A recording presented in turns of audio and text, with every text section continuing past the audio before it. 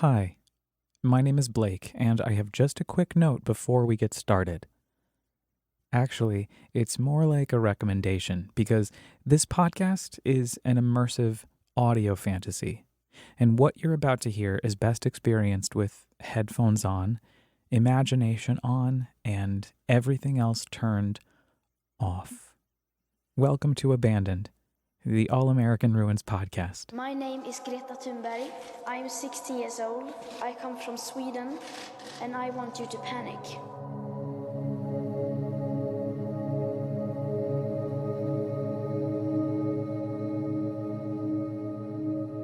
I hear about the house from an online acquaintance. It's one of those rare moments when doom scrolling pays off. A photograph of a sky blue 4-story house, abandoned, appears on my feed. A dilapidated structure, peeking out behind some dead trees on a winter landscape. Its bright color cuts against clusters of gray and black tree trunks that line a road that I soon realize is a county highway I've traveled hundreds of times before, every time I've ascended into the Catskill Mountains of New York.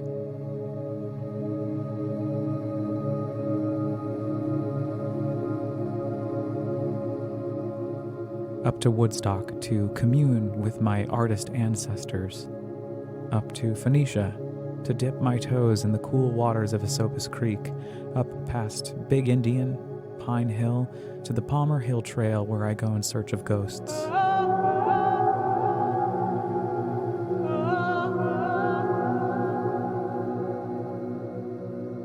Rip Van Winkle said it best, there is magic in the Catskill Mountains. It echoes across the ridge and peaks and whisks me away from reality whenever I need a break. How can this be? I wonder. How have I never seen this house before? There's magic in the Catskill Mountains.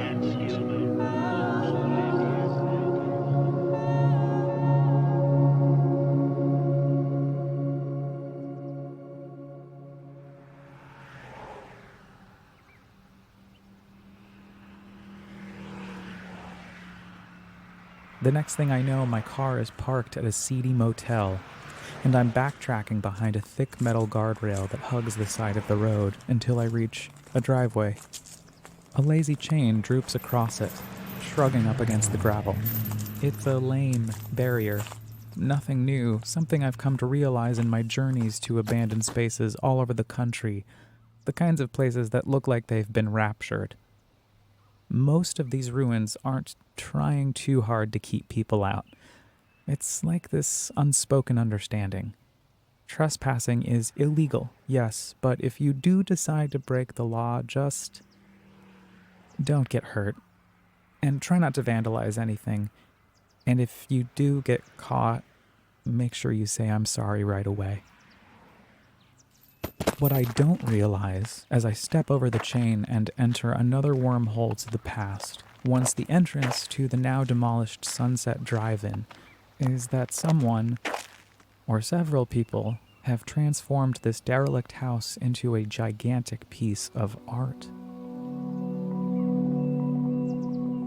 A shrine dedicated to the life and work of climate activist Greta Thunberg, the teenage Swedish sensation who somehow became a symbol overnight for modern-day environmentalism and a movement that challenges world leaders to act swiftly against rising ocean tides and raging forest fires and an atmosphere choking on CO2 emissions.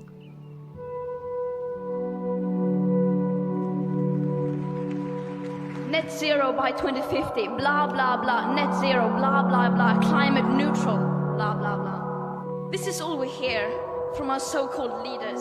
Words that sound great, but so far has led to no action. Our hopes and dreams drown in their empty words and promises. I've never been a fan of how much we've celebritized her, but her message remains true and clear. We can no longer let the people in power decide what hope is. Hope is not passive. Hope is not blah, blah, blah. Hope is telling the truth. Hope is taking action. And hope always comes from the people.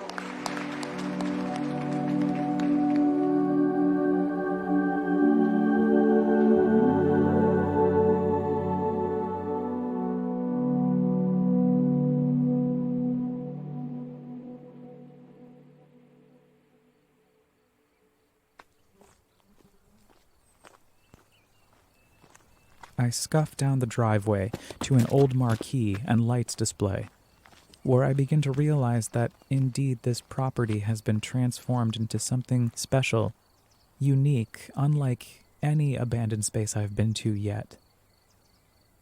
The marquee has Greta Thunberg's name painted on it in sloppy block letters. I smile, unaware that I'm about to witness a truly miraculous work of creative genius. The driveway wraps around the house, snuggled up to its front porch, then dips down further still and continues to press up against the foundation of the building as it reaches its lowest point, the bottom, where I look up to see a double-door garage and 4 stories hovering above me. Holy shit. I gasp. Splattered there in enormous fiery letters is some kind of poetry. Panic like the house is on fire. The message flies off the splintered wood siding and penetrates my stomach. Flying out of the windows are giant flames, painted red and orange and yellow. And between each garage door are burning hearts floating up into the painted blaze.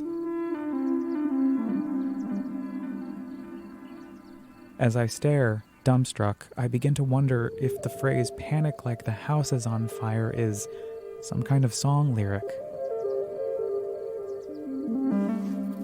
I pull out my phone in the middle of the muggy Hudson Valley June afternoon and search. The first result pops up. A video. It's Greta Thunberg. The video title, Greta Thunberg, Our House is on Fire.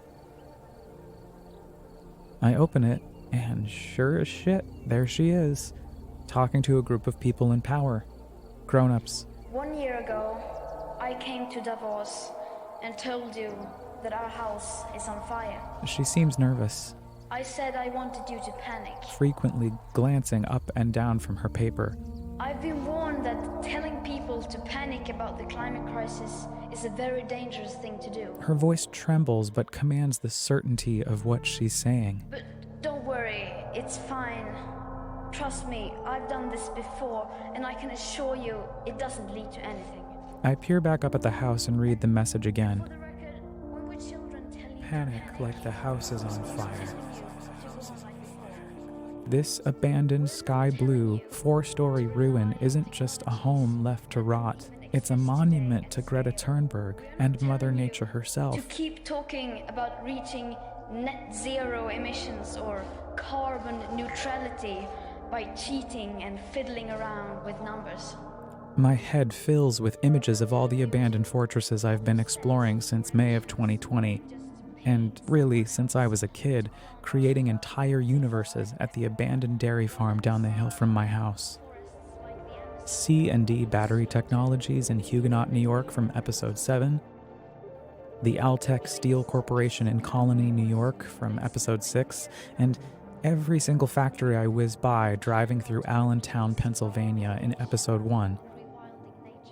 These deteriorating relics encapsulate moments on a timeline: the Industrial Revolution, the steel boom, the subsequent genesis of the Rust Belt, the exile of blue-collar jobs from the United States to places like China, India, and Mexico. They also embody, in all their former glory, the war we've waged on the planet. So many of these compounds of greed have been contained and branded with an environmental scarlet letter. Flowering Superfund sites, dozens, hundreds, thousands of hazardous wastelands across the United States where large, careless corporations have turned billions of dollars of quick profit by poisoning the planet. And it's not just the manufacturers, it's everywhere. So many of these abandoned spaces are virulent to human exposure, littered in asbestos, surrounded by noxious bodies of water that were injected ad nauseum with harsh contaminants. The decay of these all-American ruins flows freely, the trickling residue of the bigwigs in power. As I've ventured out across the United States pursuing these portals to the past, I've considered the greed locked behind the walls of each abandoned space, and I've discovered, time and again, that so many of these mighty structures have been left to rot. frozen in time, either because they were levied by the government or a bank, or because they've spent decades wreaking havoc on the land and air and water. I'm always torn as I wander through these remnant spaces that allure my imagination to run hog wild, just like it did when I was a kid, living in an alternate reality and talking to ghosts inside the abandoned dairy farm from my childhood. Personal sanctuaries born out of the wreckage of the past. And that's where I live, between the lines, between serene beauty and a violent, malignant reality that many of these places represent: greed, dishonesty, apathy, and the unmitigated pain of generations tortured by the oftentimes unrelenting, brutal reality of humanity. My brain begins to swell as I think about the increasingly violent ocean waters and ferocious fires and non-stop CO2 emissions pummeling holes into the atmosphere. Comprehensive global asphyxiation. So if we don't have much time left, I guess I'll just keep exploring these spaces, because what else am I gonna do? Not? Nothing. Silence. Or something worse than silence. Empty words and promises which give the impression that sufficient substance.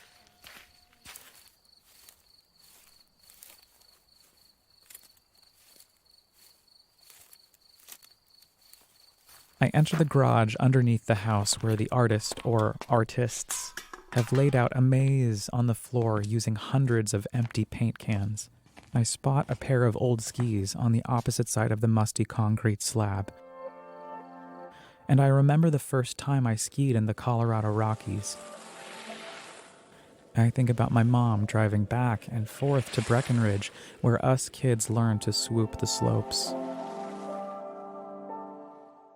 I climb a rickety staircase into the house where I find several rooms full of ancient decay and lingering evidence of squatters. Old appliances, caving ceilings, sunken floors, and wall after wall coated in poetic graffiti that somehow comforts these end-of-day thoughts I can't get out of my head.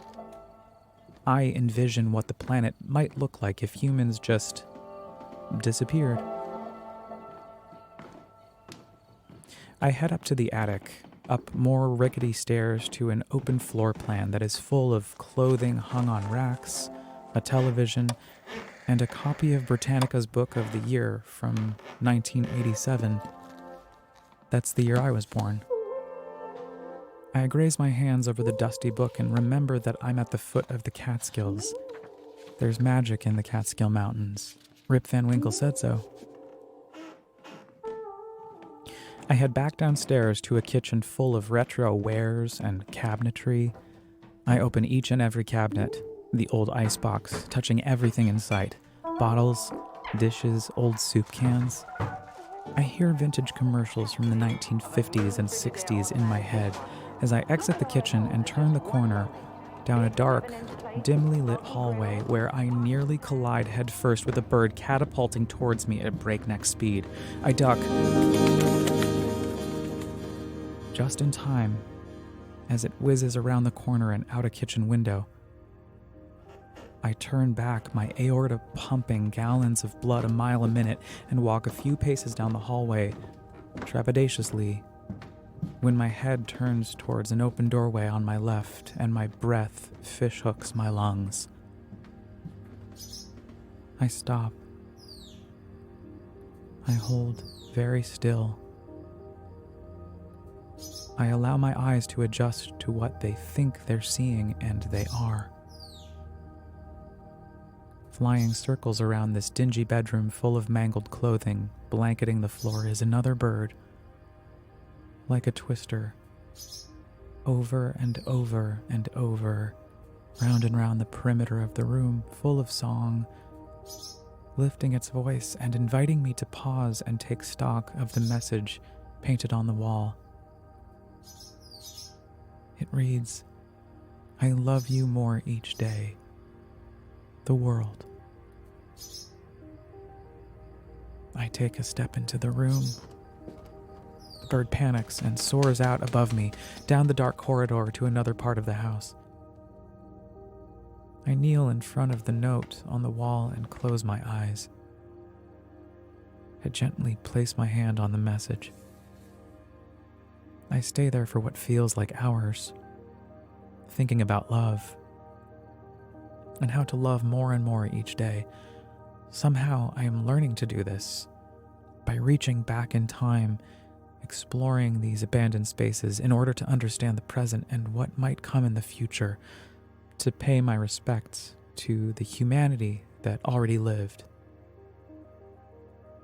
Maybe those birds were the ghosts of the couple who used to live here. Maybe those two birds are the phantoms, the shadows of two vagrants who passed in through the night en route to California to find some warmth. Or maybe they're just birds who are super pissed off that some dumbass human came to ruin their day. In this crumbling house, I open my eyes and allow the light to settle and breathe in love for my country, for the planet, a planet where usually I feel as though I should be panicking, like the house is on fire.